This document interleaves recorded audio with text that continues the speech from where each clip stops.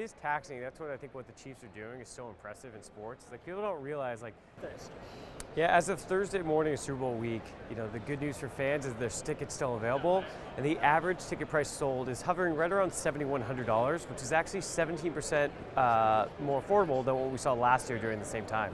What do you put that? 30s for both teams. I think it's going to be exciting, and I think it should be a close game. I haven't had a chance to watch a ton of his. I know it's. Yeah, I think a few things come to mind. First and foremost, the Superdome has about 15,000 more seats than what we saw last year in Allegiant Stadium. Another big piece is how much that travel costs, your hotel, your airline.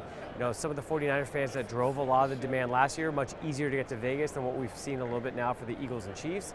And thirdly, it could be a little bit of fatigue. We've seen that in the past, 7 straight AFC Championship game. Their price point for the AFC Championship game was much more approachable than what we saw in Philadelphia, but both fan bases have won a Super Bowl in the past 10 years, obviously the Chiefs more than others. So at some point, maybe you're willing to spend a little bit less to see that next Super Bowl win. How do we line up?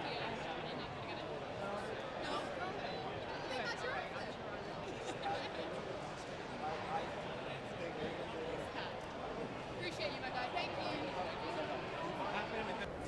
Absolutely. We've seen it so far in our data. About 21% of our sales have come from the state of Pennsylvania as compared to only 10% from Missouri and Kansas. Obviously, both fan bases are nationwide and travel super well, so always hard to drive exactly the amount of fans, but we're certainly expecting right now to see a little bit more green than maybe the Chiefs were at on Sunday.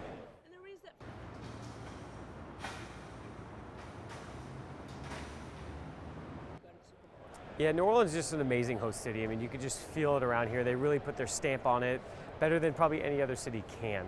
I think what's also interesting is this is also just the pre-party for Mardi Gras in a few weeks, which might be the only city in America that says that Super Bowl is not going to be the king event of the year. But I think what happens is Vegas is just an interesting one to look at. With the amount of hotel rooms available, it allowed for a ton of fans from both teams just to be on site within walking distance of the stadium. New Orleans has a little bit of that same feel, but a little bit less of that infrastructure in there. So, that's where we're kind of seeing some of the prices maybe not be reflected as high, with potentially a little bit less people within the Superdome walking area.